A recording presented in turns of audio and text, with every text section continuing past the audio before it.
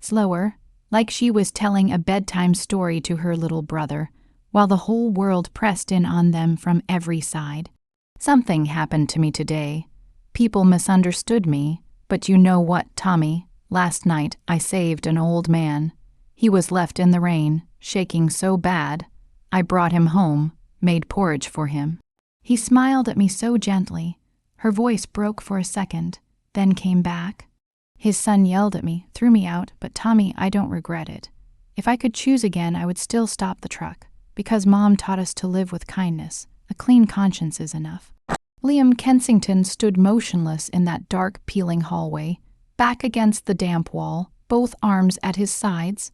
Every single word Maya said drove through that thin wooden door and straight into his chest, sharper than any blade he had ever known. She had lost everything: job, income, dignity, her brother's medicine, her future, all of it, and she said she did not regret saving his father. He, the man who had ripped her apron off in front of a lobby full of people.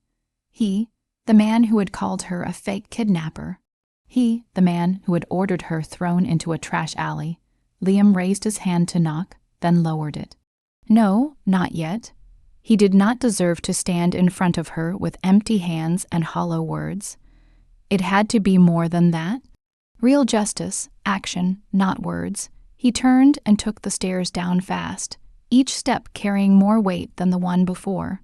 Outside, he pulled out his phone, dialed Diana, one ring, baby. Diana purred, not a trace of worry. Liam breathed in and shifted his voice into a warmth so perfect it even surprised himself. Wear something beautiful tonight, sweetheart. I'm hosting a celebration for Father's safe return at the Golden Table, and I've got a very big surprise for you. Oh really, baby? I'll wear my very best. Click. The smile disappeared from Liam's face the second the call ended. He dialed a second number, longer ringing, then click. Silence on the other end. No hello. Just a light, tired breath. This is Liam Kensington, he said, his voice serious now, quiet, no longer carrying that morning's cruelty. Don't hang up. Silence stretched. Maya did not hang up, but she did not speak either. Tonight at 8 p.m., come to the Golden Table, not to work, to see the truth. I owe you an explanation. He hesitated, swallowed, then added, quieter, and my father. He needs you. Silence again. He heard Maya's breathing. Heavy with hesitation. Go back to the place where she had been humiliated. Face the people who had trampled her. Then her voice came, small, tired, but certain. I'll come for Mr. Henry. Click. Scene 11. The party and the truth, exactly 8 p.m. The Golden Table glowed like a golden palace in the heart of Chicago. Every crystal chandelier pouring out warm, sparkling light. Reflections scattered across hundreds of wine glasses and diamond jewelry. Liam had rented out the entire restaurant for tonight. Every face in the room carried weight. Business partners, society friends, attorneys, politicians. And especially 3 reporters from the city's biggest newspapers. The kind Diana always loved to invite so they could photograph her perfect life for the society pages. If you looked carefully through the sea of suits and evening gowns, you would catch a few particular faces. Men with cold, watchful eyes standing in the corners like statues. Men anyone in Chicago's underworld knew not to get on the wrong side of. Liam's closest circle here, because when Liam invited you, you did not say no. Soft jazz floated from a live band. Saxophones smooth and honeyed. Polite laughter in the room. In the middle of all that lavish shine, Diana Ashford stood at the center like a queen. Emerald evening gown, blinding diamond necklace catching the chandeliers and throwing sparks across her skin. She floated from group to group, smiling brilliantly, saying all the right things at all the right times. Then she stepped onto the small stage and took the microphone. Thank you all for coming tonight. This is the happiest night of our family's life. Father Henry has returned safely after a horrifying nightmare caused by an evil person. Last night was the longest night of my life. I searched everywhere. I didn't sleep. I didn't eat. I only prayed he would be safe. And through love, through God, it's over. Father is home. She lifted a hand and brushed away a tear. motion so practiced it looked totally real. The crowd applauded. Warm moved. A few women pulled out handkerchiefs.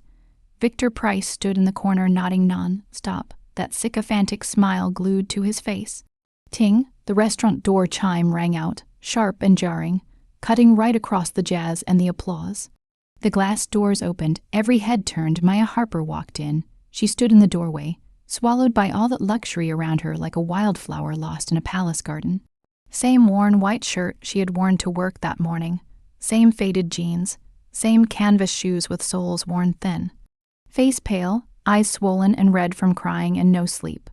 Both hands clutching her old bag strap against her chest like the only shield she had. Whispers rose at once, rolling through the room like wildfire. "That's the girl who kidnapped Mr. Henry.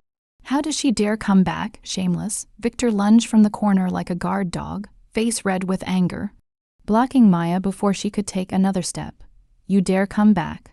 I told you never to show your face here again. Want me to call the cops right now?" He lifted his hand to shove her back out the door. "Stop." One word, low, commanding, it cut through everything. The music, the whispers, even the breathing in the room. Victor froze, every eye turned toward the stage. Liam Kensington stepped out from behind the red velvet curtain. Black suit, white shirt, no tie, microphone in hand. Composure strangely calm, but eyes like ice. "Let her in," he said, not loudly, yet every word carried the weight of an order nobody could argue with. "She is the most important guest tonight." The room went dead. Victor dropped his arm and backed away. Face going the color of old leaves, Diana, still on stage with the microphone, stiffened. Her smile went rigid. Her eyes flicked to Liam, then to Maya, then back to Liam. Something was wrong. She could feel it. Her survival instinct was screaming. Before she could react, Liam stepped down from the stage and walked straight toward Maya. Diana rushed after him, grabbed his arm, mouth at his ear, voice low and urgent. "Baby, why did you bring that girl here? She will ruin everything. Throw her out, right now, please." Liam stopped. Turned to look at Diana, then, very gently, he peeled her fingers off his arm. One by one, small gesture, but so final, so cold, that Diana staggered back like she had been slapped by an invisible hand. Liam stepped back onto the stage. Lifted the microphone. The room was absolutely still. "Tonight, Diana just told you all a very moving story." His voice calm, unhurried, like discussing the weather, about how bravely she searched for my father, about how much she loves this family. Very moving. He paused. "But I have another version of that story. One that's truer and far more brutal." Diana stood below the stage, her complexion beginning to change, eyes blinking too fast. Liam reached into his jacket pocket and pulled out a small remote, held it up for everyone to see. "And I have a gift for you, Diana, for you and for the conscience of everyone in this room." Click. The massive LED screen behind the stage flared to life, harsh blue, white light flooding the whole lobby, overpowering the warm gold of the chandeliers. Hundreds of faces tilted upward. The traffic camera footage began to play. Black and white, slightly grainy, but sharp enough. Camera 4 at Route 57 and the vacant lot. Timestamp 7:45 p.m. last night. Empty road, weeds, rain beginning, then the red sports car sliding into frame. Diana stepping out, walking around. Opening the door, dragging Henry out, Henry clinging to the door frame. Diana yanking his hands free. Shoving Henry falling back into the mud. Legs in the air, cane flying. Diana standing over him, screaming at him. Finger in his face, then turning away, getting in, driving off, without looking back even once. The room froze. The jazz had stopped at some point. Nobody knew when. Wine glasses paused halfway to lips. Forks stopped over plates. Hundreds of eyes stared at the screen in horror, mouths covered, heads shaking slowly. In the corner, the 3 reporters quietly lifted their phones and recorded everything. The video kept going. 10 minutes later by the timestamp, Henry still motionless in the mud. Rain lashing his body, then faint yellow headlights in the distance. A battered old pickup stopping. A door opening. A small girl jumping out, running through the rain, dropping to her knees in the mud.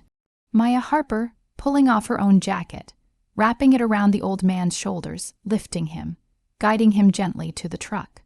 Every movement, tenderness, the kind of tenderness nobody in that glittering room had ever shown a complete stranger. In the middle of a storm, when nobody was watching, when no reward was coming, no. Diana's scream ripped through the frozen room. She lunged at the screen, high heels skidding on the marble, almost falling. Turn IT off, that's fake. What are you doing, Liam? Turn IT off? She surged onto the stage and tried to grab the remote from his hand. Liam just shifted his body slightly. Calm, cold, the video kept playing. Liam let it run all the way to the end, until Maya's old truck carried Henry out of frame, until the small tail lights faded into the rain. Only then did the screen go dark. Liam stepped down from the stage, walked straight to Diana. She stood trembling in the center of the room, her emerald gown suddenly looking wrong and shameful under the truth that had just been shown. He stopped 3 steps away, voice gentle, unhurried, but sharp as a razor. You said you took father for a walk in Central Park. 1 step closer. You said Maya kidnapped him. Another step. You said you loved this family. Another step, now standing directly in front of her.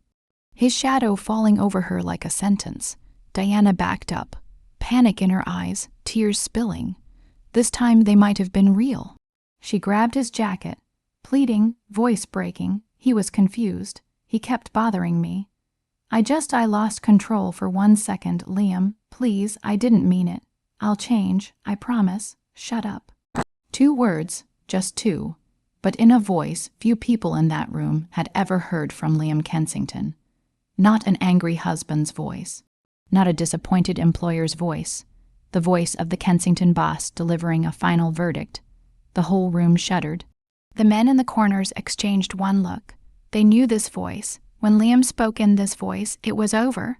No appeal, no second chance. Liam removed Diana's hands from his jacket, like he was peeling away something dirty. Then flicked his hand toward Cole by the door. Take her, call my lawyer. I want her prosecuted for intentional assault and elder abuse. Tonight. Cole nodded. Slight narrowing of the eyes. 2 large guards moved in. Each grabbed one of Diana's arms, lifted her off the floor. She screamed, hair coming undone, mascara running down her face in long black streaks, diamond necklace sliding crooked on her throat. You'll regret this, Liam. You will never find anyone who loves you like I do. Never. Her voice faded, then disappeared when the heavy back door slammed shut. Boom, silence. Liam stood for a second, breathed, then turned. His gaze swept the room and landed on a figure trying to slip toward the kitchen exit. Hunched, sneaking, Victor, 1 word. Victor Price froze, like he had been shot. He turned back, face white as paper. Sweat beading on his forehead. Where are you going? Liam asked, voice heavy as lead. Boss, boss. Victor dropped to both knees on the marble right there. In front of everyone, hands clasped, begging. I was only following Miss Diana's orders. I was forced. I had no choice. Please spare me, please, no. Liam cut him off. Voice cold. You weren't forced. You chose a side. You chose to step on your own employee to flatter someone with power.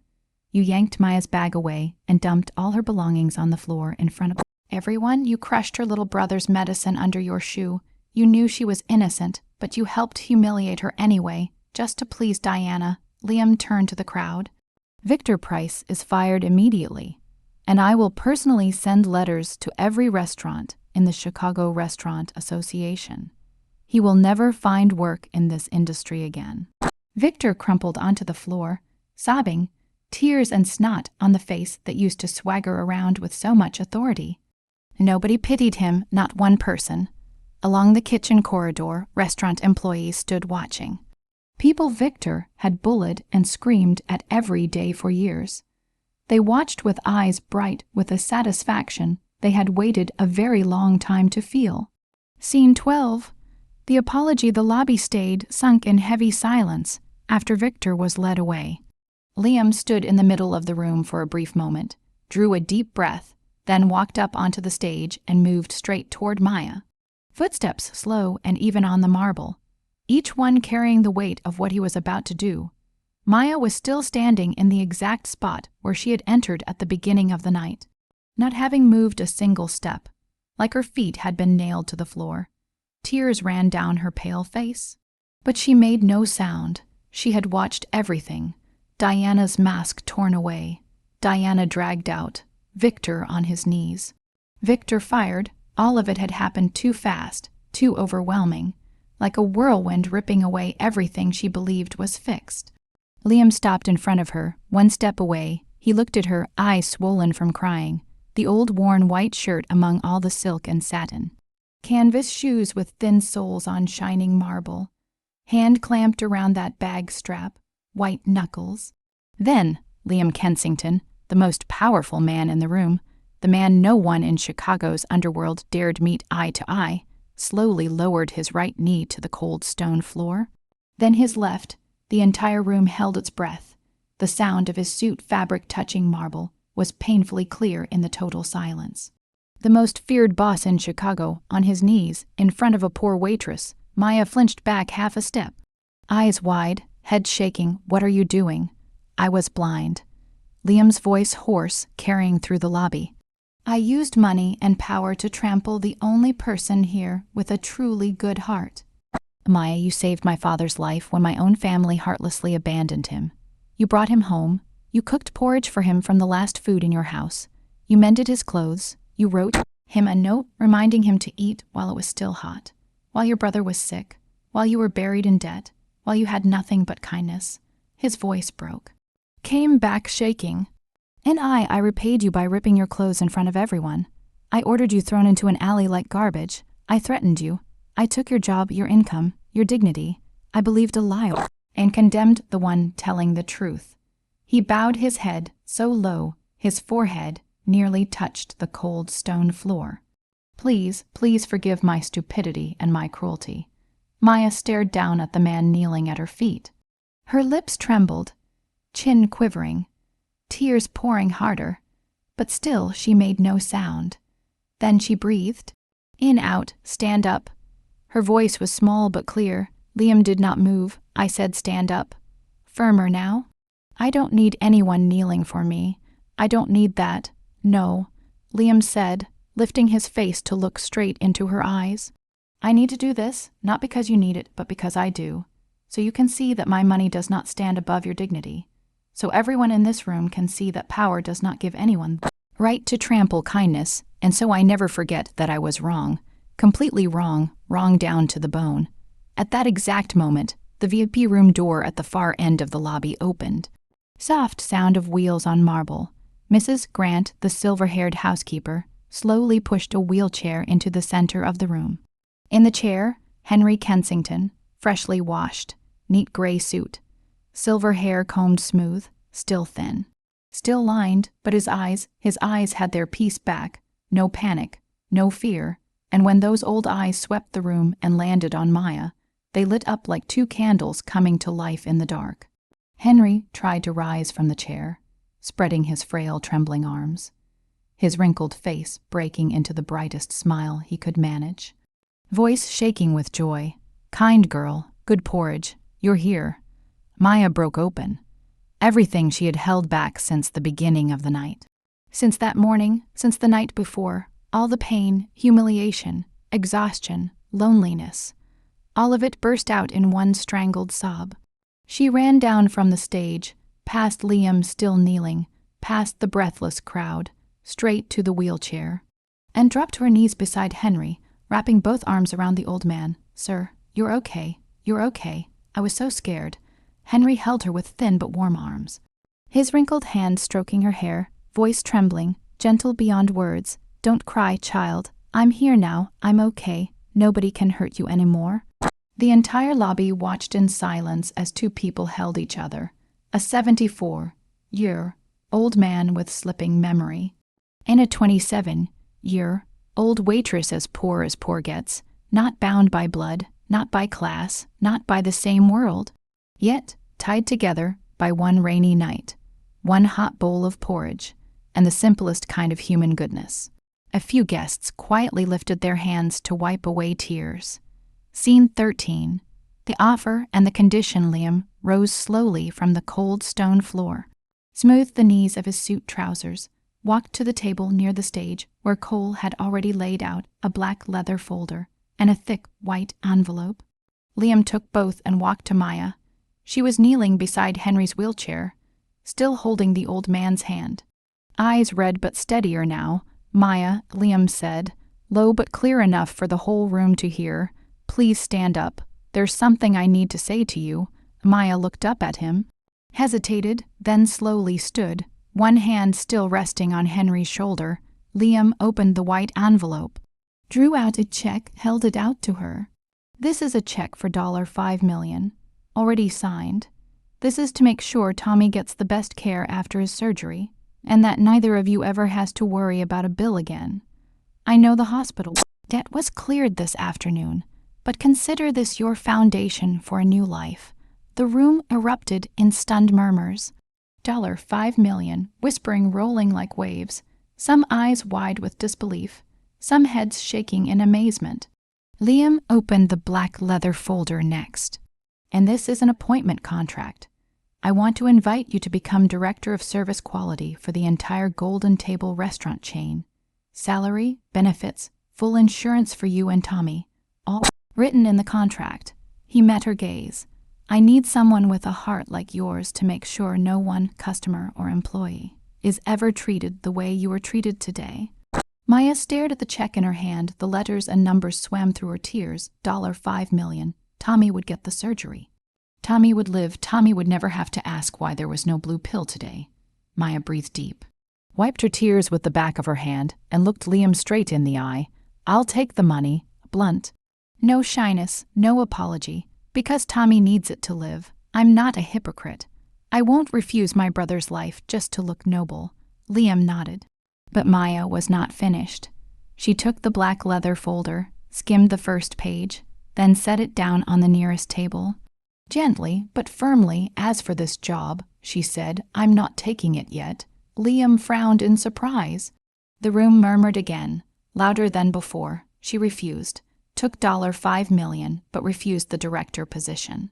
Maya did not care about the whispers. She met Liam's gaze without fear, without shrinking, without hatred.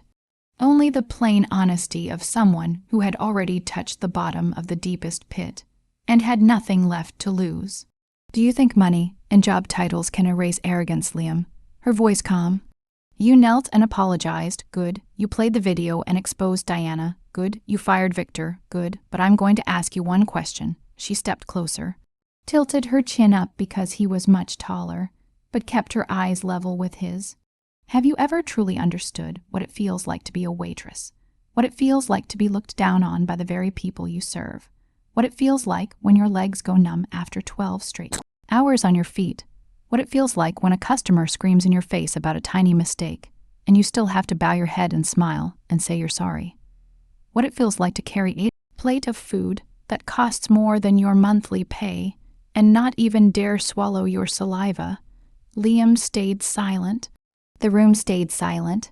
"You've never understood," Maya went on, voice not angry, just true. "Because you've never lived it. You sit up high and look down. You sign checks. You give orders. You think that's enough. But you don't know what toilet cleaner smells like when it burns your nose. You don't know what it feels like when your hands sting from washing hundreds of glasses every night. You don't know the humiliation of a manager spitting on the ground next to your hand." She paused, breathed. "I'll take this job, on one condition." The room held its breath. 1 week, she said. Clear, steady. "You take off that expensive suit. You put on a server's uniform. You carry plates, wipe tables, wash glasses, serve customers, and you learn to say yes, sir, yes, ma'am, to everyone, even the people you think are beneath you." She lifted her chin, challenge in her eyes, but sincerity too. 1 week working under my supervision. Can you do it, boss?" The restaurant froze for what felt like the 1,000th time that night. Make Liam Kensington, the most feared boss in Chicago, carry plates and wipe tables and clean toilets. Humiliation or a lesson, revenge or rescue. Liam looked at Maya, long, deep into those swollen eyes still lit with a stubborn flame. He did not see petty revenge there. He saw seriousness, sincerity, the kind that truly wanted him to be better. Not through words or money, but through real experience. Liam turned and looked at Henry, the old man in the wheelchair. Eyes cloudy but now touched by a rare sharpness. His mouth curved in a gentle smile, nodding slowly. Like he was telling his son, "Do it, this is right." Liam drew a deep breath, his right hand lifted to his collar. Caught the knot of his tie, and tugged. The knot loosened. He slipped the expensive silk tie from his neck. Folded it neatly, placed it on the table beside the folder. Agreed, he said, firm, no hesitation. Then turned to the stunned crowd, mouths open, eyes wide. "The party ends here. Thank you all for coming. You can go home." He paused. Let his gaze slide over every face. "Tomorrow the golden table opens as usual, but there will be a new server. I hope you'll treat him the way you treat any other server." Scene 14. The week as a server early on the first morning. The black Maybach was nowhere to be seen. Liam Kensington stood at the door of apartment 402. No Italian suit, no silk tie, plain black t-shirt. Worn-out jeans, looking like any other guy from the South Side, but the sharp eyes of a predator were still there. Maya did not give him a uniform. She pointed to the cold, cracked floor in the corner of the tiny living room. "No 5-star hotels here, Liam," she said. "You sleep there, you guard this door, and you do not use your name to solve our problems." Liam, who usually slept on thread count silk sheets, laid a thin mat on the hard floor. That night, the smell of mildew and the sound of distant sirens replaced the silence of his mansion. He did not complain. He stayed awake, a silent shadow watching over Maya and Tommy. Day 3. A heavy thud shook the rotting wooden door. 3 men, loan sharks with rusty iron bars, forced their way in, demanding money for a debt Maya had long struggled to pay. They had no idea the man standing in their path was the king of Chicago's underworld. Liam's instinct screamed at him, reach for the hidden blade, call Cole, have these men erased. But he remembered his promise. He used only his raw strength and bare fists. A brutal, silent dance. He put all 3 of them out the door in minutes, knuckles split open. When the police arrived later, tipped off by a neighbor, Liam did not flash a bribe or call a high-powered lawyer. He stood in the shadows, silent, taking the harsh questions, taking the disrespect from a rookie cop who treated him like common street trash. For the first time, he felt what it was like to be powerless in the eyes of the law. Day 5. Liam knelt, not on a restaurant floor this time, but on the greasy tiles of Maya's tiny kitchen, struggling to fix a gas leak with a rusty wrench, expensive hands covered in grime and soot. Later, he stood over the single, sputtering burner, heat stinging his face, trying to cook a simple meal for Tommy while Maya was at work. He understood then that every meal Maya had ever served was not just a plate of food. It was the hard, one result of a daily battle against poverty. He understood that being a boss was easy when you had everything, but keeping a home together with nothing but a broken stove and a fierce heart was the hardest job in the world. Day 7. The last day, Liam sat in the cramped kitchen, back aching from the floor, hands calloused and bruised from a week of real work and street fights. He looked at his reflection in the cracked mirror. The arrogance was gone, replaced by something deep and quiet. Respect, real respect, for the woman who lived this life every single day. He had not just protected her home. He had finally seen the world through her eyes. He had passed the hardest test of his life. He had learned to be a man without his throne. Scene 15. Tommy comes home. The surgery had been successful.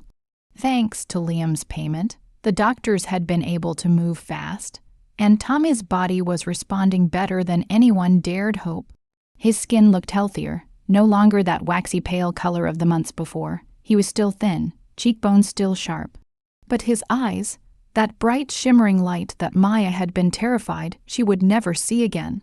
It was back. "Maya, this place is so pretty," Tommy squealed the moment they walked into the restaurant, turning his head in every direction, staring at the crystal chandeliers, the marble floors, the soaring ceiling. All of it new and miraculous to a kid who had never stepped into anything fancier than a damp fourth-floor apartment. His eyes landed on Liam standing near the entrance. Liam was not in a tuxedo, still in the simple black t-shirt. Knuckles bruised, face tired, but more at peace than he had ever looked before. "Mr. Liam," Tommy waved with his whole arm, grinning ear to ear. Liam walked quickly to the two wheelchairs, crouched down to Tommy's level, winked, "Hey, champ, you look like $1,000,000 today." Liam did not wait for a server. He personally pushed Henry's wheelchair to a quiet table. His large, rough hands, now calloused from a week of hard work, moving with a gentleness he had never shown before. Without a word, he took a linen napkin and carefully wiped a bit of dust from his father's cheek. He did not need a uniform to prove he had changed. He had learned that true service starts with the people you love. Scene 16. The orange juice when the last guest left the restaurant. When the glass door closed and the background music shut off, Liam dropped into a plastic chair in the employee room, legs trembling, back aching, shoulders heavy, sweat soaking through his shirt. But inside his chest, a lightness he had never known before, like someone had lifted a massive stone off his heart. A stone he had been carrying so long, he forgot it was there. Soft footsteps. Maya stepped into the staff room. Holding a glass of fresh orange juice, she set it in front of him. Liam stared at it. He thought of the orange juice Diana had given his father. Poisoned. This glass was different. Clear, bright, fragrant, holding no secrets, no schemes. Only the simplest kind of kindness. "You did well," Maya said, her voice softer than it had been on the first day. No sharp edges, no deliberate distance. Just sincere acknowledgement. "Much better than I expected."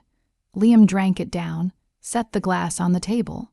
Looked at her. "Thank you," he said slowly, every word heavy with thought. "I thought I ran this place with my head and my money. I was wrong. You have to run it with your hands and your heart." Maya nodded slowly. Nothing else needed to be said. The test was over. He had passed. Scene 17. The restaurant was quiet. Only a few chandeliers still glowing.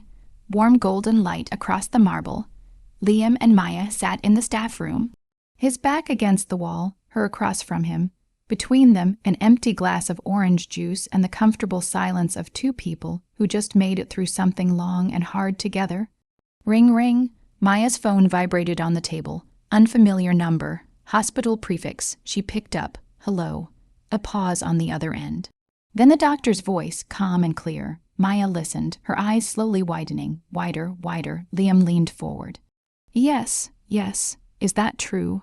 Maya jumped up from her chair, one hand flying to cover her mouth, whole body trembling. Voice breaking open. "Is it really true, doctor? Really?" Tears poured down her face, but this time not pain. Not humiliation, not despair. These were happiness tears, the kind Maya had forgotten the feeling of. "Thank you, doctor. Thank you. Thank you. Thank God. Thank you." She ended the call and spun to face Liam. Still trembling, eyes shining like two stars, the doctor just called. "Tommy's heart has fully adapted. All the numbers are good, no signs of rejection. His body is responding beautifully." She could barely get the words out. "Tommy can live normally, Liam, normally. He can run, go to school, play, everything." Liam shot up from his chair. Forgot the exhaustion, forgot the aching legs, forgot the sore back and burning calluses. He stepped forward and wrapped both arms around Maya. Lifted her clean off the ground, spun her once in the quiet restaurant. Maya let out a startled cry. Her hands grabbed his shoulders, and then she laughed, clear, bright, real, ringing out in that vast glowing space. Liam laughed too, low and warm, rough with exhaustion but full of real joy. The kind that cannot be bought with money. Cannot be traded for power, cannot be found at any glittering party. Liam set Maya down but did not let go. They stood there, close enough to hear each other's hearts beating faster than usual. Maya looked up at him, eyes still shimmering, cheeks flushed pink. Liam looked down at her, the gentle gold light softening his face into something far kinder than the cold, frightening man from a week ago. "To celebrate this," Liam said, voice quieter now, deep and warm, not a voice of command or apology, but the voice of someone choosing every word carefully because he was afraid of saying the wrong thing. I have a proposal, not an order from a boss, not a favor from a rich man, a friend's invitation, or maybe something more. Maya's cheeks went redder. She did not pull her hands from his shoulders. She did not step back. Take my father and Tommy to the ocean, a healing trip. Just the four of us, no restaurant, no suits, no uniforms, no silver trays, no marble floors, just white sand, warm sun, sea waves, and peace. He held her gaze. Will you say yes? Maya looked at him. Looked into eyes that a week ago had been ice when he thundered shut up in that lobby, but were now warm and sincere enough that she could feel it reaching her. She looked at the calloused hands at her waist, hands that had learned to carry plates, wipe tables, scrub floors, wipe an old man's cheek, hands that now knew the smell of sweat and cleaning chemicals, hands that had learned the value of labor and respect. The man in front of her was no longer the terrifying boss. He was not perfect either, but he was someone who had changed, was changing, and truly wanted to be better. For Maya, that was enough. I'll say yes, she said softly but surely. For Mr. Henry, for Tommy, a pause. Quieter, cheeks even redder. And because I want to go too. Scene 18. The ocean 2 days later. A white SUV glided along a coastal road, coconut palms on both sides leaning their shadows across the hot asphalt. Salty ocean wind pouring in through the open windows, carrying the smell of salt and warm sand. Liam sat behind the wheel. White t-shirt, khaki shorts. Sunglasses pushed up on top of his head, hair a little messy from the wind. The rigid, icy hardness of the Chicago boss gone completely. In its place, the easy comfort of a 36-year-old man finally understanding what living actually felt like. Maya sat in the passenger seat, brown hair loose and flying in the wind. Right arm stretched out the window to feel the sea breeze, palm gathering each cool stream of air, a peaceful smile on her lips, the kind she thought she had forgotten how to make. In the back seat, laughter never stopped. Henry and Tommy sat side by side, the wheelchairs folded up in the trunk. Both of them strong enough to sit up and look out the windows, playing word riddles the whole way. Mr. Henry, what kind of animal has 4 legs but can't walk? Henry frowned hard in thought, then slapped his thigh. A sleeping cat. Wrong, a table. Tommy laughed until he nearly fell sideways. Henry laughed too, that rough old man chuckle blending with the boy's bright laughter. 74 years old and 9 years old. More than 60 years apart, yet their laughter mixed so completely, you couldn't tell age apart, couldn't tell who was giving joy and who was receiving it. Maya turned to look back, eyes damp, mouth smiling. Liam glanced in the rearview mirror, saw his father laughing, saw Tommy laughing, and felt his chest go warm in a way he was not used to. Look, the ocean, Tommy shouted, pointing ahead where the road curved open into a view of turquoise water, stretching all the way to the horizon, glittering under bright gold sunlight, like millions of diamonds scattered across the surface, the whole afternoon on soft white sand. Henry and Tommy sat near the waterline, building a sandcastle. Henry clumsily shoveling sand with his thin, trembling hands, piling it up, patting it down, never quite getting the shape right. Sand sliding away, him scooping again, packing again, patient as a little kid. Tommy sat beside him directing like a tiny engineer.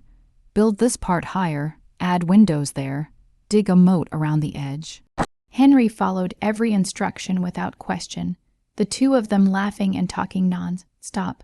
Now and then a wave rushed in and stole a corner of the castle. Both of them gasped, then laughed, then built it again from scratch. No irritation, no giving up. Liam and Maya sat on 2 wooden chairs under an umbrella a few yards away, watching an old man and a boy compete to laugh in the late afternoon glow. Cool sea wind drifting through. The steady hush of waves, peace, the simple kind of peace both of them had believed they might never touch. Do you believe in fate? Liam asked suddenly, still watching his father smile on the sand. Maya took a sip of fresh coconut water. Thought for a moment, I didn't before, she said slowly. I only believed in effort. If you tried hard enough, things would work out. She looked out at the sea. But after that rainy night, maybe I started to believe, because if I hadn't worked a late shift that night, if I'd taken a different road, if I'd pressed the gas and kept going instead of hitting the brakes, she let it sit in the air, everything would have been different. It all came down to one choice, 1 second of hesitation. Liam turned to look at her. The sea wind blew a strand of Maya's brown hair across her cheek. He lifted his hand and gently tucked it behind her ear. So natural, he did it before he had time to think. His fingertips brushed her ear, touched her skin lightly, then withdrew. Maya did not pull away. She only dipped her head slightly, cheeks warming under the late afternoon sun. Me too, Liam said softly, voice lower than the surf. That night I almost lost my father. But because of you, I found him again, and I found you. Silence. Sea wind moving through their hair. Tommy's laughter carrying across the sand. Then Liam pulled an opened envelope from his shorts pocket. White paper slightly wrinkled, held it out for Maya to see. My lawyer sent it this morning. Diana's letter, written from jail. Maya looked at the envelope. Then at Liam. What did she write? Blaming circumstances, blaming the pressure of living in a rich family, blaming a poor childhood that made her desperate for money, asking me to drop the charges, saying she still loves me and she'll change. Liam looked at the envelope, his voice calm, no anger, no contempt, no pain. He stood up and walked slowly toward the waterline. Where waves came in and retreated, leaving white foam on wet sand, Maya watched him. Before I might have softened, he called back. Or I would have kept this letter as a trophy of punishment, reading it over and over to feed my hatred. He looked at the envelope one last time. Then he tore it in half, in quarters, shredded it into smaller and smaller pieces, really small. He lifted his hands and released them. The white scraps flew on the sea wind, spinning in the afternoon light like tiny butterflies, then fell onto the water, carried away gently by the waves, disappearing into the vast ocean. The past is finished. Liam turned back to Maya. Eyes clear, hatred only drags you to the bottom. I forgive her, not because she deserves it, but because I deserve peace. Maya smiled, stood, walked to his side, bare feet on wet sand, cool sea water washing over her ankles. You really have changed, Liam. Because of you, teacher, he laughed. Light and warm, a smile the old cold version of him never would have allowed. The sun began to sink at the horizon, turning the sky and sea into a blaze of red and orange. Thin clouds stretched long, rosy golden light settling over the sand, over the waves, over the 4 of them in the vast open world. Dad's hungry, Henry called from ahead, cheerful and innocent as a little kid. I'm hungry, T.O.O. I want grilled lobster. Tommy chimed in at once, skipping and laughing. All right, you 2 gentlemen. Liam laughed out loud, stepping forward to ruffle Tommy's hair and give his father's shoulder a warm pat. Tonight I'm grilling lobster for everyone. I graduated from waiter school. Trust me. All 4 of them laughed. Clear, happy laughter rising over the beach at sunset, blending with the hush of the waves and the soft sea wind in the palms. They started walking along the shoreline back toward the resort, the sunset stretching their shadows long across the wet sand. Henry and Tommy went ahead, the old man walking slow over the fine sand, barefoot, pants rolled up. Tommy circling him like a little satellite around the sun, sometimes close, sometimes wider, laughing non-stop. Tommy picking up shells to show Henry examining each one and slipping them into his pocket like little treasures. Both of them laughing again, running again, picking up more shells. Liam walked beside Maya behind them, their footsteps pressing into the wet sand, waves licking them away, new prints appearing with each step. His hand swung with his stride and brushed her hand by accident, back of hand against back of hand. Lightly, but they both felt it. This time, Liam did not pull away. Slowly, he turned his hand and slid his calloused fingers into the spaces between hers. Taking her small hand, rough from work, callous from washing dishes and wiping floors, cracked from cleaning chemicals. Yet warm, he held on firmly, surely, like someone who had been lost in the dark for a long time, and had finally found what he had been searching for. Maya looked down at their fingers woven together, his hand now marked too, calloused too, cut in places too. Rough, not so different from hers anymore. The hands of a powerful boss and the hands of a waitress, now strangely alike, both carrying the evidence of labor, of sweat, of change.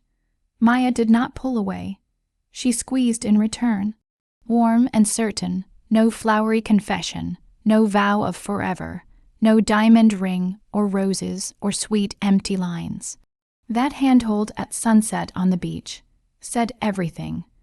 Two people from completely different worlds, who walked through a night of pounding rain, through deep injustice, through blind arrogance, through grief and tears, through collapse and rebuilding, now walking side by side on the same sand, under the same sky, moving toward the same direction.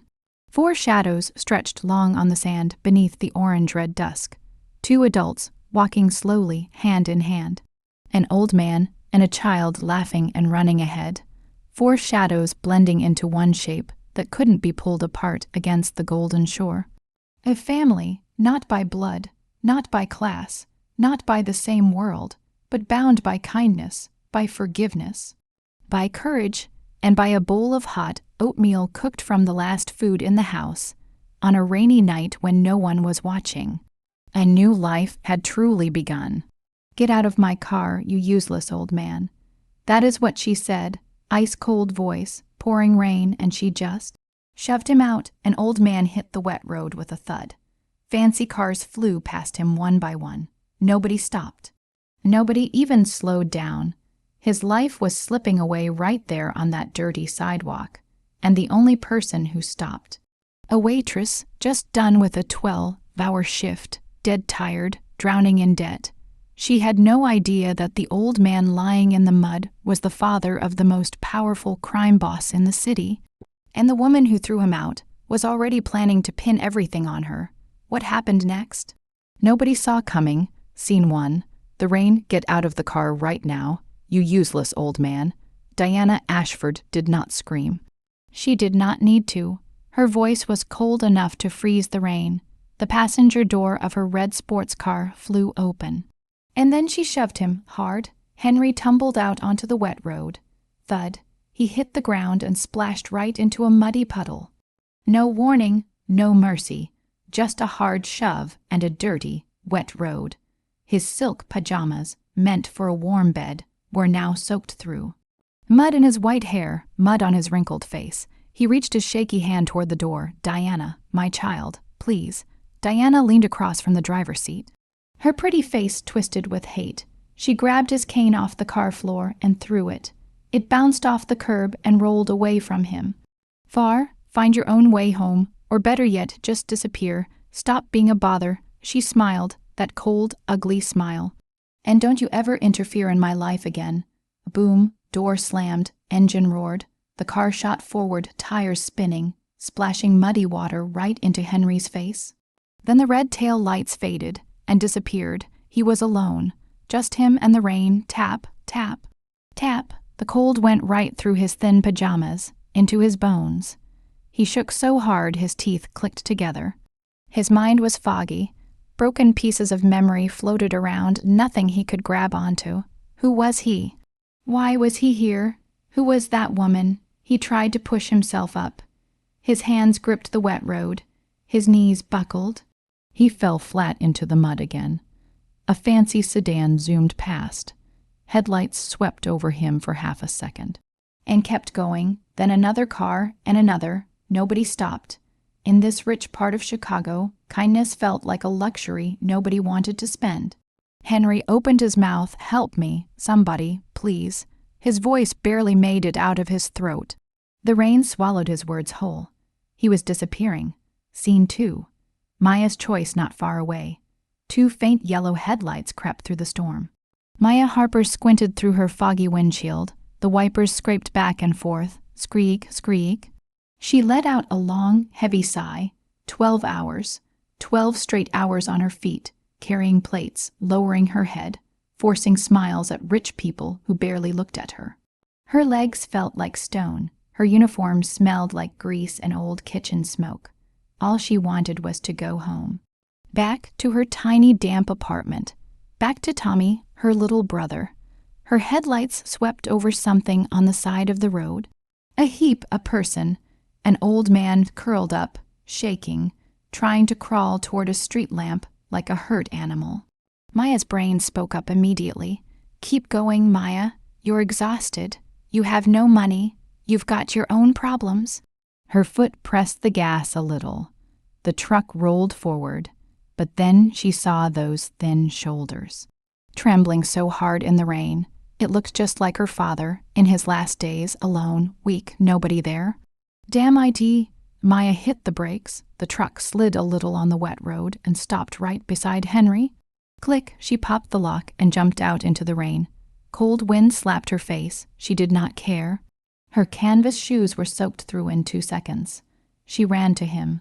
Sir, are you okay? She dropped to her knees right in the mud. Both hands on his shoulders. Henry looked up at her. His eyes were dull, lost, empty. His icy hand grabbed her arm, clung to her like a drowning man holding a piece of wood. Cold, so cold. He whispered, "They left me. I can't remember the way home." Maya looked at him. Torn silk pajamas, mud all over his face, eyes like a lost little kid. Her heart broke open. "Don't be scared. I'm here now." Without thinking twice, she pulled off her thick work jacket and wrapped it around his shoulders. Last bit of warmth she had. She gave it away. "Hang on. I'm getting you in my truck right now. We can't let you freeze out here." She got her arms under him and lifted. He was light as a bag of bones, but his helplessness made him heavy. She gritted her teeth and got him standing. As she helped him forward, something slipped from his soaked pajama pocket and fell into the puddle. Maya picked it up, a handkerchief, muddy, but you could feel how expensive the silk was even through the dirt. She held it under the streetlight and froze, embroidered in gold thread on the corner, the logo of the Golden Table. The restaurant where she worked, the place where one bottle of wine cost more than her whole month's rent. Who was this man? A groan from Henry cut her thoughts short. Not the time, Maya told herself. She slipped the handkerchief into her wet pocket and kept moving. "One more step, sir. Easy does it." She got him into the passenger seat, buckled him in, climbed around to the driver's side, and cranked the heat all the way up. Brougham, the fan roared. Warm air pushed in. Henry stopped shaking just a little. Maya reached over and brushed the clumped silver hair off his forehead. It burned her hand. "Oh no, you've got a really high fever." She whispered to herself, her voice tight with worry. "I'm taking you to my place. I have fever medicine. My little brother Tommy gets fevers a lot. I know what to do." Suddenly, Henry jerked hard. Like someone zapped him, his eyes flew open wide, terror in his face. He grabbed Maya's wrist with both hands. Nails digging in, his voice came out cracked and shaking. "My daughter-in-law, she's a devil. She wants to harm me. Don't trust her. Never trust her." Maya froze. Her heart stopped. "Sir, what are you saying? Who wants to hurt you?" But the light in his eyes went out like a candle. His body went limp. His head dropped onto her shoulder, out cold. Maya sat there in the dark, cramped truck cab. Rain hammering the windows. The handkerchief with the gold logo lay still on the floor at her feet. Like a quiet little secret, waiting, scene 3, the apartment. Maya pressed her fingers to his neck. A pulse, weak, like a tiny flame trying not to go out. But it was there. She let out the breath she had been holding. And drove, click. The rotting wooden door of apartment 402 opened. The room was tiny, walls peeling. Smell of mildew mixed with cheap disinfectant. But it kept the wind out. Maya helped Henry lie down on Tommy's small bed. Tommy was curled on the old sofa, fast asleep under a thin blanket, coughing softly in his sleep. Maya moved fast. She found the gray flannel outfit that used to belong to her dad, helped Henry out of the soaked silk. He was painfully thin, skin stretched over ribs, like all the strength had already left him. She got him into the warm flannel, tucked the thickest blanket she owned right up to his chin. He stopped shaking. She went to the kitchen, which was really just a single gas burner and 2 old pots on a strip of wall. She opened the oatmeal jar, a little bit left at the bottom. Maya stared at it. That was Tommy's breakfast for tomorrow. She stood there for exactly 1 second, then poured every last bit into the pot without letting herself think any more about it. Water, salt, the last egg on the tray, stir. The gentle smell of hot porridge filled the cold little room. She carried a full bowl to his bedside and shook his shoulder. "Sir, wake up. Eat a little. Come on." Henry's eyes opened. Dull at first, then the steam hit his nose and something animal inside him woke up. He reached for the bowl with both hands. Maya helped him sit up and fed him spoon by spoon. He ate like he had not eaten in days. Slow color crept back into his face. "So good?" he whispered. Tears ran down his wrinkled cheeks and dropped right into the porridge. "So warm, my daughter. She used to cook like this. You have a son. Do you remember his name?" Henry stared at empty space. His memories were like broken glass, glittery but scattered. "Liam," he murmured. "The golden table. I was the owner." His eyes drifted to the small table by the bed, where Tommy's hospital bill sat under the lamp.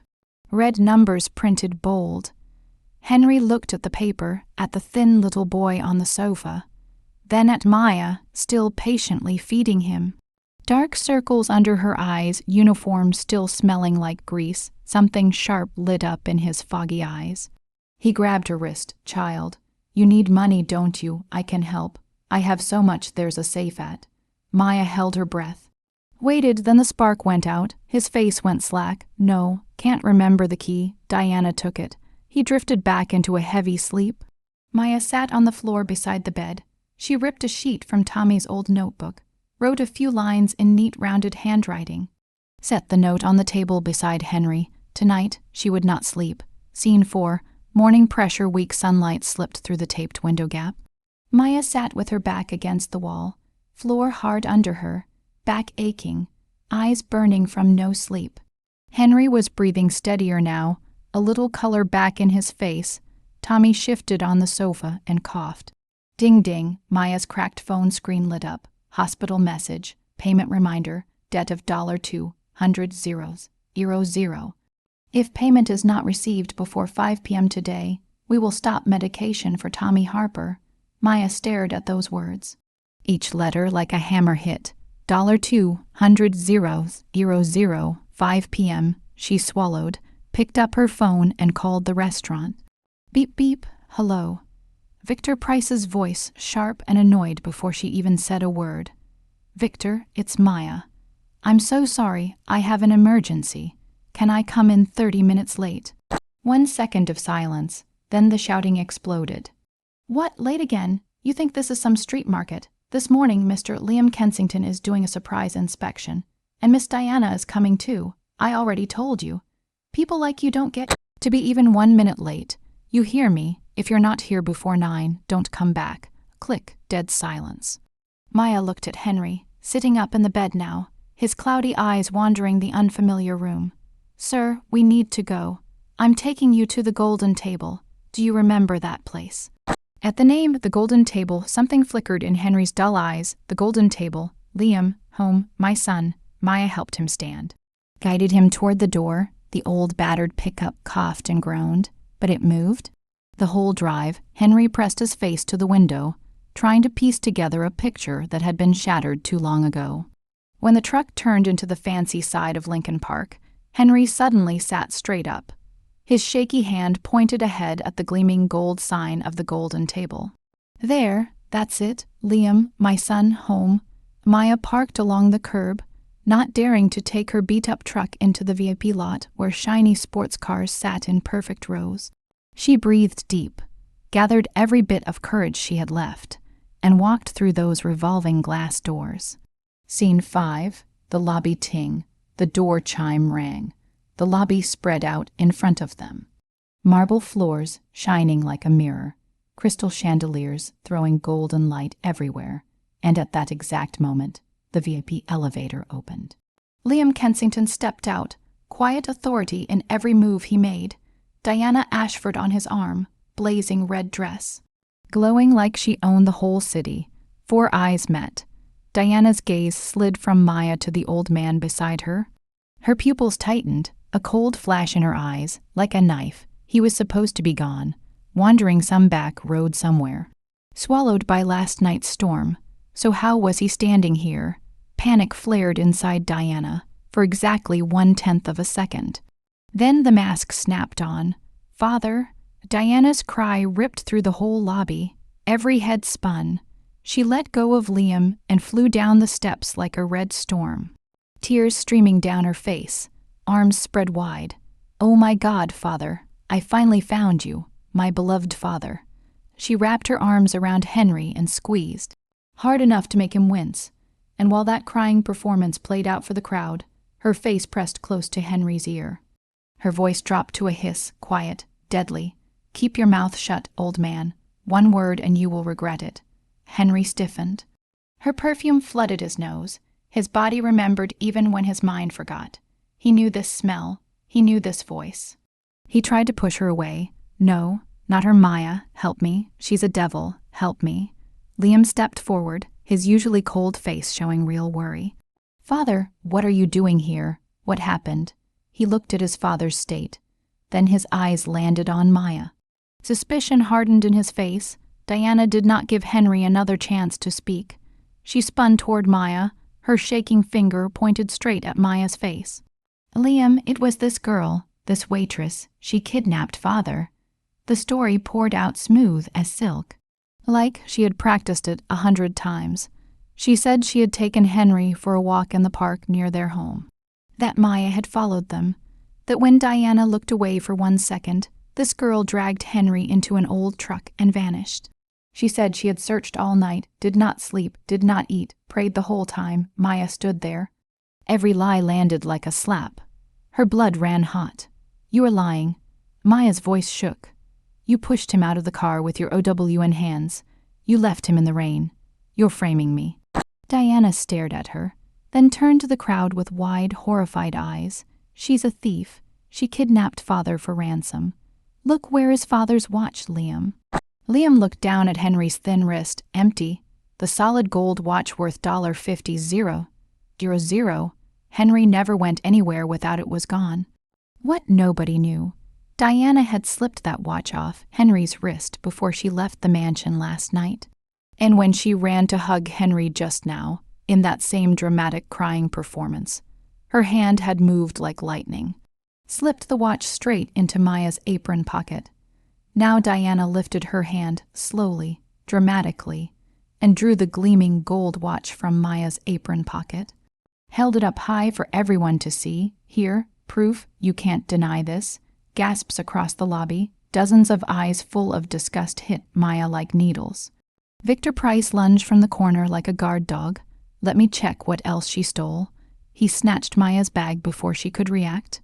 "No, that's mine." Crash. Victor flipped the bag upside down and dumped everything on the shining marble floor. Maya's belongings scattered. No gold, no cash, just a few loose coins, a cheap plastic lunchbox, some blister packs of the cheapest painkillers you could buy, and crumpled papers fluttering everywhere. Victor scooped up one paper and grinned. "Mr. Liam, look at this.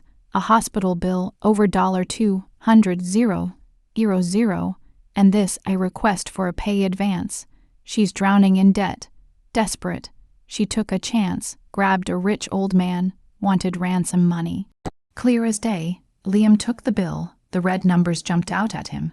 He looked at the cheap medicine on the floor, at the girl shaking in front of him, and in his mind it all clicked together into one ugly picture. Poor girl, sick little brother, desperate for money. Old confused man all alone, easy target. The rage of a son who felt his father had been hurt, fused with the cold instinct of a man who had ruled Chicago's underground his whole life. It lit up inside him like fire. He stepped toward Maya, tall, dark. His shadow fell over her like a storm cloud. Tears poured down her face. "Sir, please, believe me, I only helped him. He had a high fever. I took him home. I made porridge. I didn't shut up." 2 words. Like thunder, they silenced the whole lobby. Liam reached out and grabbed the collar of Maya's uniform. Rip, the apron tore away and fell at her feet. You used a fake kind face to cover your greed. You took advantage of a 74-year old man who can't defend himself. His voice dropped even lower, quiet in a way that was somehow worse than shouting. Maya shook her head hard, tears flying. No, that's not it. He was left on the road. I only shut up. Behind them, Henry was trapped in Diana's arms, struggling, reaching out. Maya, good porridge. Father not scared. Don't. Diana held him tight as iron. Her sweet voice for the crowd, her real grip like a vice. Father, calm down. That bad girl can't hurt you anymore. Liam pointed at Maya. Fired right now. Get out of my sight. Get out of this restaurant. Then his voice dropped so only she could hear. And if I ever see you near my family again, you'll learn what consequences mean. The room shuddered at those words. 2 security guards moved in. Each grabbed Maya under an arm, lifted her off the floor like she weighed nothing. Let go, I didn't do anything. Let go of me. She fought, she kicked, it did not matter. They dragged her through the kitchen corridor. Past the employee area, the steel back door groaned open and she was thrown out, face first onto the cracked concrete of the back alley. Knees hit the rough ground, skin tore, blood mixed with dirty water from last night's rain, thud. Her bag was tossed out after her. Heavy footsteps. Victor stepped out through the steel door, looked down at her like she was a pile of garbage he had just carried out.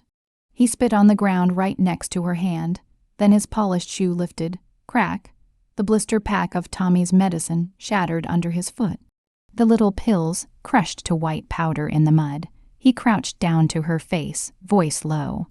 You think Mr. Liam will believe a nobody like you over the boss's fiancé? Say, I'll put your name on the blacklist. You will never work anywhere in this city again. Maya's head snapped up, eyes swollen, face streaked with tears and mud.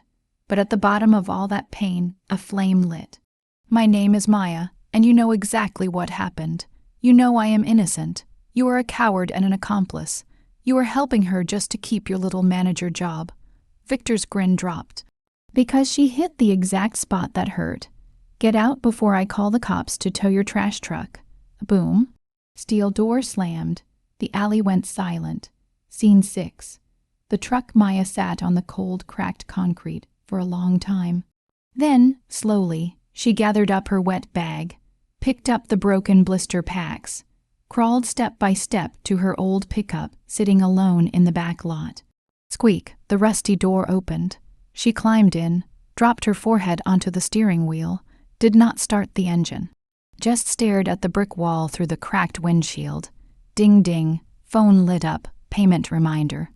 $200,000. If payment not received before 5 p.m. today, medication for Tommy Harper will stop. It was 1 p.m. 4 hours left. $200,000. And now she had no job at all. Maya gripped the steering wheel until her knuckles went white. Every bit of pain, every injustice, every drop of despair she had been holding in, snapped, the scream ripped through the truck. She slammed her fists into the wheel, again and again and again, sobbing so hard she could barely breathe. The sound of someone who tried to live right all the way to the end, and still got crushed. A long time passed. The sobs faded to hiccups. Maya wiped her face with her sleeve. She could not fall apart. Tommy was waiting at home. He needed her. She put the key in the ignition, turned it. Sputter, sputter. The truck groaned and died. Please, don't do this to me right now, she whispered to the truck like it was the only friend she had left.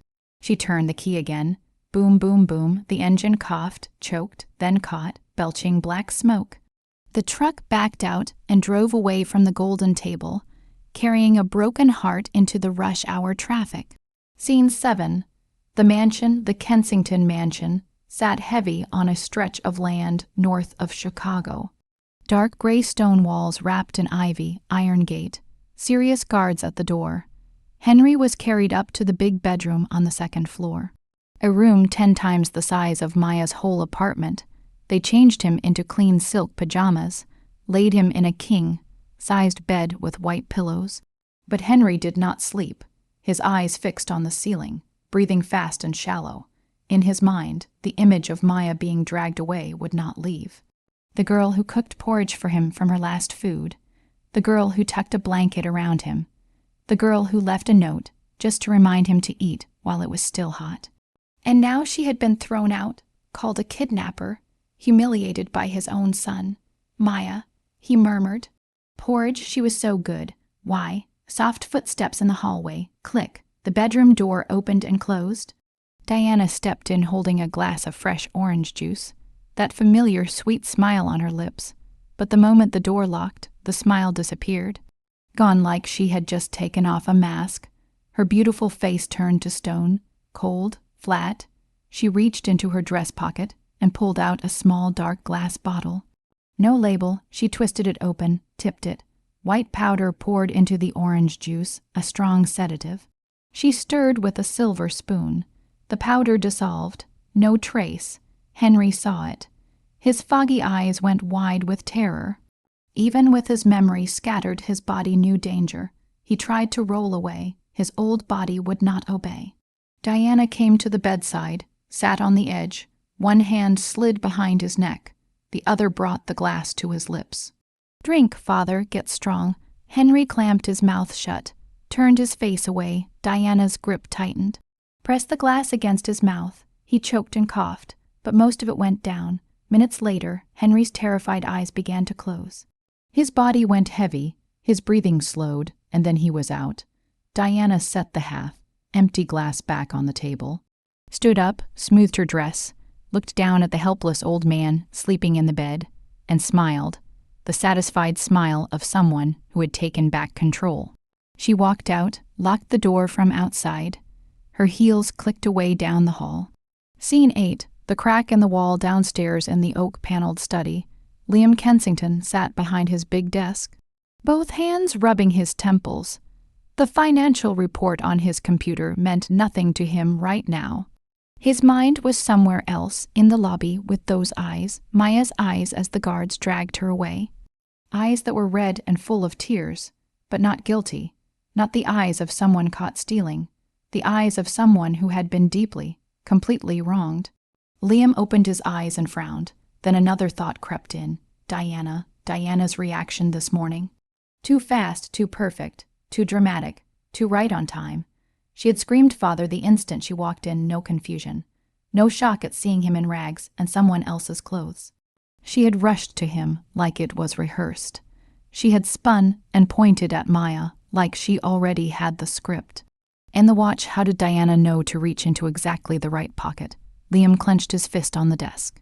A crack forming, tap, tap, a gentle knock at the study door, come in. The oak door opened. Mrs. Grant, the elderly housekeeper, 20 years with the Kensington family, stepped in slowly. She was a small woman, silver hair pinned neat at her neck, crisp black and white uniform. She almost never knocked on the master's study, unless something truly mattered. In her hands, a wicker basket of clothing. Mr. Liam, she said, choosing her words with care. I was about to throw away the clothes Henry wore today, per Miss Diana's orders. She said to burn them, said filthy kidnapper clothes shouldn't be kept. Mrs. Grant paused, her old eyes met Liam's directly, but before I tossed them, I looked more closely, and I think you should see this. She set the basket on the desk and took out the gray flannel outfit, very old, fabric worn thin at the elbows and collar, faded from too many washes, but clean, carrying the faint smell of cheap fabric softener. That light, simple jasmine scent the wealthy never use, but the poor treasured drop by drop. On the right shoulder, where the cloth had torn a careful line of stitching, Liam frowned, lifted the shirt. Looked closer. The stitches were even, tiny, deliberate, sewn by hand with real attention, not a quick patch-up job. The kind someone does sitting under a yellow lamp late at night, threading each strand with patience, so a stranger's old clothes would look a little less ragged. Mrs. Grant's voice was gentle, but every word hit like a stone. Mr. Liam, would a desperate kidnapper, someone who stole a $50,000 watch, sit and mend the victim's clothes? That question hit Liam like lightning straight to the chest. He stood very still, the flannel shirt in his hands. Mrs. Grant continued, I've worked here 23 years. I can tell the difference between cruelty and kindness. These clothes were washed clean, mended, and put on, Mr. Henry, with a care I rarely see from anyone in this house." She dipped her head quietly and left the room, leaving Liam alone with the basket and the gray flannel. He searched the pockets. Left pocket, nothing. Right pocket. His fingers touched something at the bottom. Wrestle, he pulled it out, a small piece of paper torn from a cheap school notebook. Blue ink, lines smeared in a few spots, maybe from tears, maybe from rain. Neat, rounded handwriting. He smoothed it flat on his desk and read. "Remember to finish the porridge while it's still hot. I left an extra blanket at the foot of the bed in case you get cold at night. Maya." Liam read it again. And again, chest tightening each time. Below the message for Henry, a smaller line, more hurried handwriting. Like a private note the girl had written to herself and accidentally left on the page. "Hang on, Tommy. I'll bring a miracle home. We're not giving up." The paper slipped from Liam's hand, drifted softly, landed on the polished desk. He stood there, both hands braced on the desk, head down, breathing heavy. A kidnapper does not write a note reminding the victim to eat porridge while it is hot. A thief does not sit and mend the clothes of the person they are robbing. Someone who only wants money does not leave words full of that much warmth. And a cold, greedy person never writes that last line. The line meant for a sick little brother. The line of a big sister carrying the whole world on her back. Still promising a miracle, the wall Liam had built that morning collapsed, not with a crash, just a quiet breaking inside his chest, but enough to change everything. He picked up his phone and dialed. "Cole." Liam's voice was cold and sharp. "Check the traffic cameras at the suburban intersection on the south side last night. Every camera within 5 miles around Route 57 and the vacant lot area. I need results in 30 minutes. He paused. "And Cole, check the mansion security footage, the garage, Diana's red car. I want to know what kind of mud is on the tires." "Understood, boss. 30 minutes. Click." Liam looked at the note again. "Hang on, Tommy. I'll bring a miracle home. We're not giving up." He closed his eyes. If he was right about all of this, if Diana had lied, if Maya was truly innocent, then that morning he had not just fired a waitress. He had destroyed the last hope of a young woman trying to save her little brother, and he would never forgive himself for it. Scene 9, the truth in the footage minus 28 minutes later. Liam pushed open the door to Cole's private office deep in the mansion basement. No windows, cold blue light from dozens of monitor screens on every wall, the constant hum of cooling fans. Cole sat at the control desk, hard face, sharp eyes that had handled the dirtiest information the Kensington organization ever touched. When he saw Liam, Cole said nothing. He just pulled out a chair and tapped the keyboard. The main screen lit up. Mansion security footage, garage angle, timestamp, 7:20 p.m. last night. Before we watch the traffic footage, Cole said quietly, "You should see this first." The image showed Diana's red sports car parked in the garage. Just returned. Cole zoomed in on the front right tire. Red mud mixed with gravel, thick in the tread and the wheel well.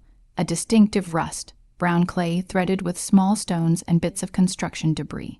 Cole pulled up a Chicago geology map on the screen beside it. This kind of red clay mixed with construction waste, he pointed, only exists in the abandoned southern outskirts, around Route 57 and the empty lots.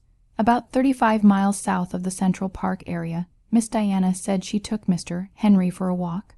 Liam stared at the red mud on the tires, not Central Park.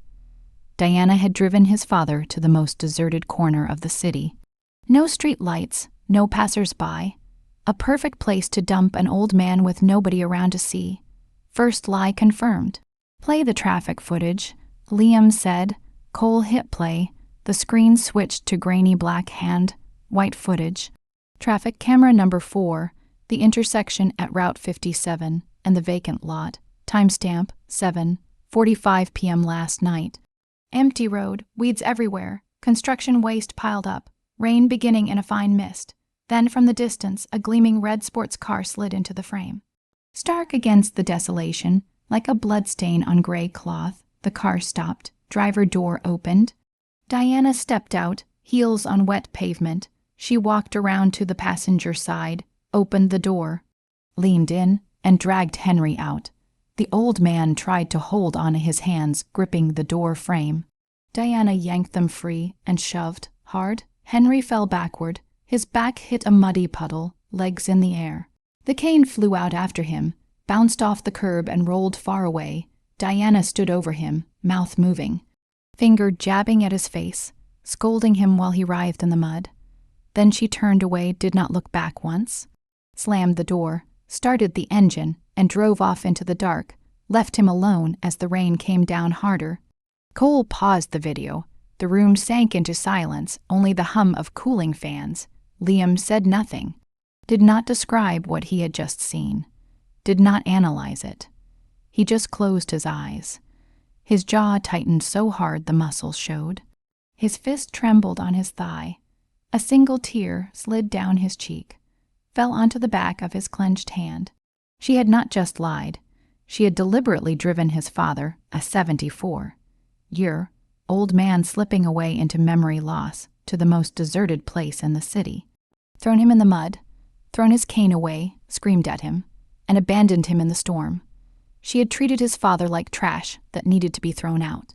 And then this morning, she stood in that lobby crying and performing, accusing the very person who had saved his father's life. Copy this footage. Liam opened his eyes, his voice, every word scraping through a throat full of broken glass. Save to a separate drive, make 2 more copies, one for my attorney, prepare everything for tonight. Cole looked at him. What are you going to do, boss? Liam stood, smoothed the front of his jacket, adjusted his collar. When he turned back to Cole, his eyes were dry, no more pain, no more confusion. In its place, the absolute cold decision of a man used to delivering verdicts that cannot be undone. Host a party tonight at the Golden Table. Liam's voice was calm in a way that felt chilling. Invite every business partner, every society friend, and especially the press. Cole frowned. What kind of party? Liam smiled, but the smile never reached his eyes. A celebration for my father's safe return. He paused. Diana always loves the press. She loves performing for a crowd. Another pause. Tonight I'll give her the biggest stage of her life. Before making any other move, Liam made one quiet call. To the hospital, he cleared Tommy's full $200,000 debt under an anonymous donor name. He would not let that boy suffer one more minute for his own blindness. Scene 10. The visit. The black Maybach shot out through the Kensington mansion, gates like a wild animal freed from its cage. Engine roaring, tearing through the quiet afternoon streets of the wealthy neighborhood. Liam sat behind the wheel, hands locked tight, eyes straight ahead, jaw clenched hard, on the passenger seat, his phone showing the personnel file he had just pulled up. Apartment 402, 4th floor, south side. The car flew past Michigan Avenue, past glass skyscrapers, past the invisible line where rich Chicago ended and the other Chicago began. Streets grew narrower, darker, more broken by the block. Squeak, the Maybach braked hard on a dirt road full of potholes. Dust coated the $100,000 shine of the car like cheap powder. Liam killed the engine and stared through the windshield. What he saw in front of him made him go still. Not from fear, from shame.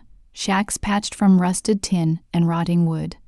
Electrical wires tangled overhead like spider webs. Old clothes hanging on rope lines between balconies that looked ready to fall. The moment he opened his car door, the smell of sewage hit him. A few dirty kids kicking a crushed can in the street froze up and stared, like a creature from another planet had just stepped out of a movie and landed in their street.